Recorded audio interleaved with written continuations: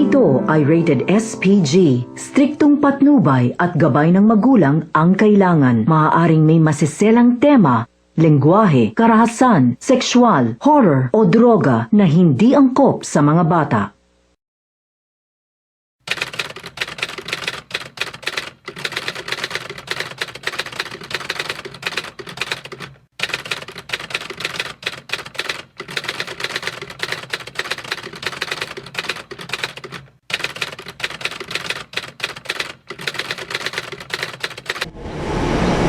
Sa isang konserbatibong bansa tulad ng Pilipinas, na kung saan ang isang mapurihan ng pagkababae ay itinataguyod bilang isang mabuti.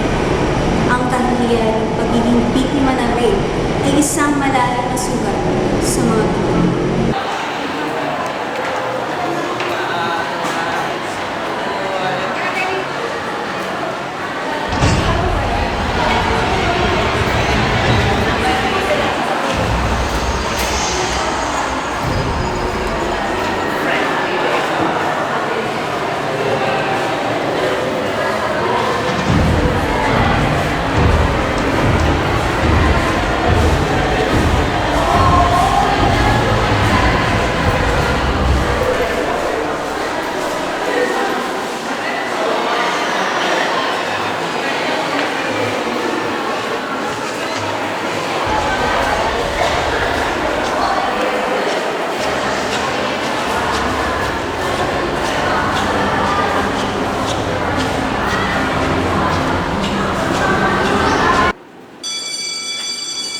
Everyone, please pass your papers. Next second bell na.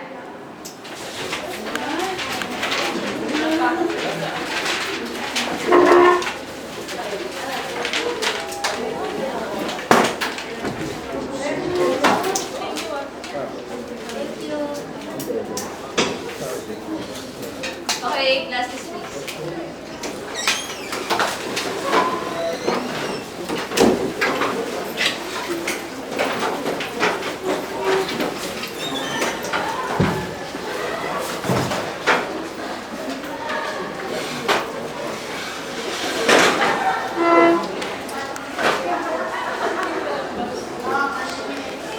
Grabe naman si Ma'am Jo magpa-exam.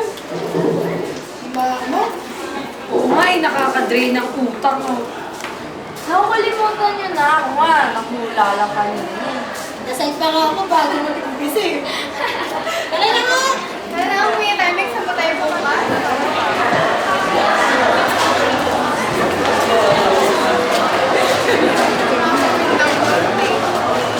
Uy girls, una nga ako. Anitay pa sa ni Honey Bunch of Course. Bye! Uy, bye girls. Aral din with me time. O, sabi nga, Sige, ingat kayo ah. Ay, bye! Bye-bye!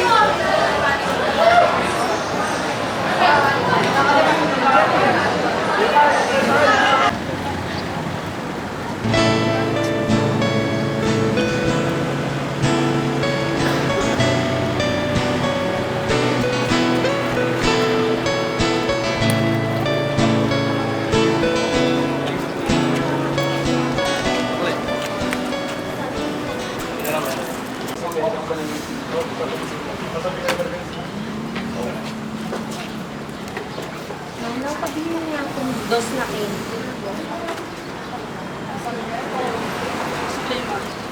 Salamat po.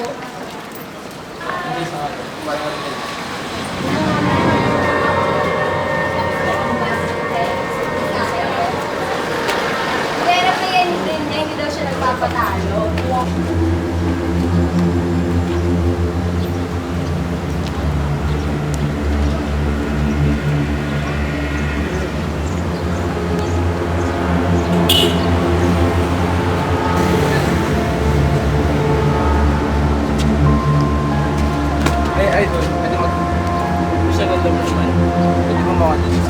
Bakit? Ano kailangan niyo sa akin, ha? Sumama ka sa amin. Pare, siksi na ito, pare. Nakikita tayo.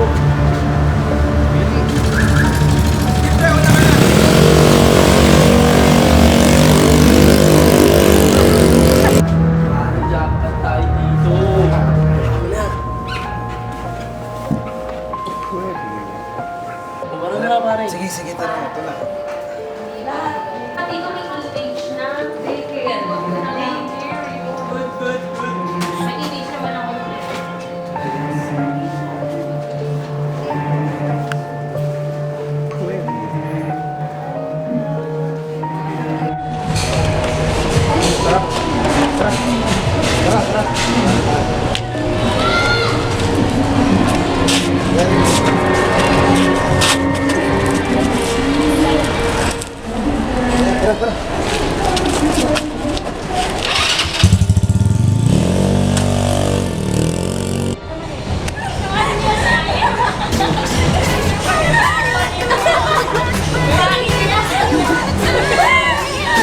Uy, kilala ba si Imelda? Naku, babae yun. Wala sa tono yun eh. Nagiging ba yun? Ang alin?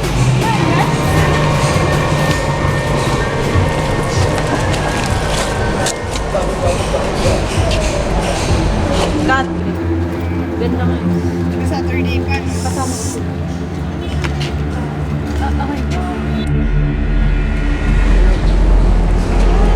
Ang daming kasam. Bugata to. Wala na nangyari. Ano ka ba? Magkakasama tayo para sa amin. Tumawagan tulong. Dali, dali. Teka, tawag ang tulong. Dali, dali. Kuya, dito. Dali, dali. Excuse me po, ano po ang kaganapan dito? Yan ang lalakad lang po kami kanina. O, Kita lang tapos? po namin siya nakaluto sa isla. Kaya nga po, Sige, salamat sa impormasyon nyo. Maaari bang sumama kayo sa barangay at bilang saksi sa pangyayari? Okay po. Miss, okay ka ba? Miss. Miss, sabi mo, ang gasa ka.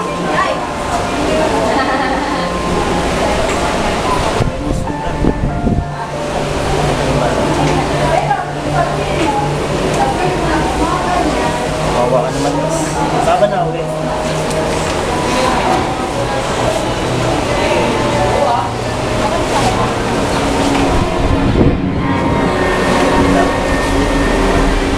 Miss. Naalala mo ba ang mamamukha ng mga naghahasa sa'yo? Excuse me, Iha. Opo. Dalawa po sila. Yung isa po, kalbo.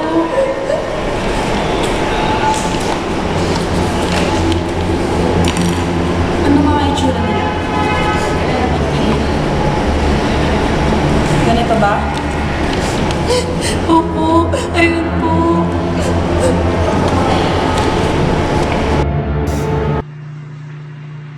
Bakit? Anong nangyari sa'yo? Ano? Magsalita ka! Teka, pagsalitain niyo kasi, Lola at Ma. Okay. Sorry po. Kasi po,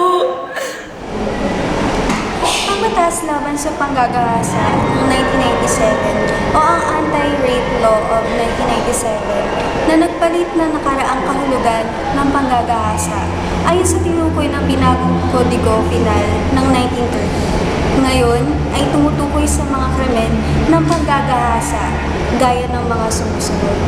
Una, sa pamamagitan ng isang taong pagkakaroon ng kaalaman ukol sa laman ng isang babae sa ilalim ng mga sumusunod na mga pangalan.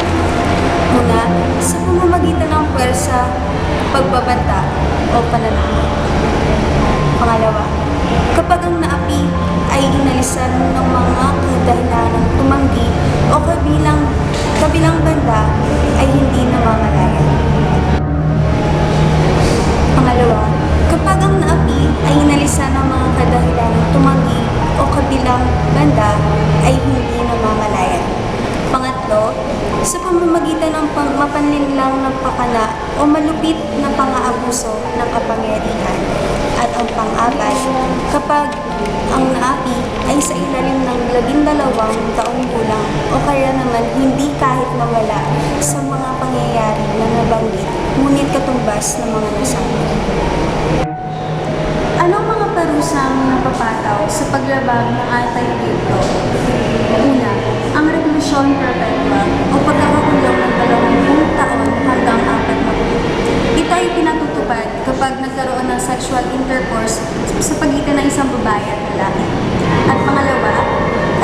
Corporation Mayor na pagkakakulong ng 6 hanggang 12 taon. Ito naman ay pinatutupad kapag may oral or anal sex na nangyayari.